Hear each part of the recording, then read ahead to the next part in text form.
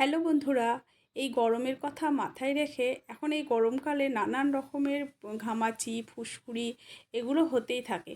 তো সেই কথা চিন্তা করে আজকে আমি একদম ঘরোয়া পদ্ধতিতে খুব কম খরচে একটা নিম প্যাক বানাচ্ছি। তা প্রথমে নিম পাতাগুলো আমি বেছে ধুয়ে পরিষ্কার করে বেটে নিলাম। আপনারা চাইলে মিক্সিতে হোক বা শিলে হোক বেটে নেবেন। তারপর দিয়ে দিলাম 1 চামচ বেসন, 1/4 চামচ হলুদ গুঁড়ো আর 1 চামচ চালের গুঁড়ো। এটা দিয়ে ভালো করে মিশিয়ে নেব। এবার পরিমাণটা দেখে নেব কেমন ভিজাটা হচ্ছে, তারপর সেই পরিমাণ মতো দই মিশাবো। তো আমার এখানে 2 চামচের মতো দই লাগবে, কেননা বেশি পাতলা হলে মুখ দিয়ে ঝরে ঝরে পড়বে। তার জন্য ঠিক এই পরিমাণে ব্যাটারটা বানিয়ে নেব। তো আমার হয়ে গেছে। এইবার মুখের ওপর অ্যাপ্লাই করব, করে মোটামুটি 20 মিনিট মতো রেখে পরিষ্কার জল দিয়ে ধুয়ে নেব। তারপরে আপনারা ফলটা দেখতে পাবেন।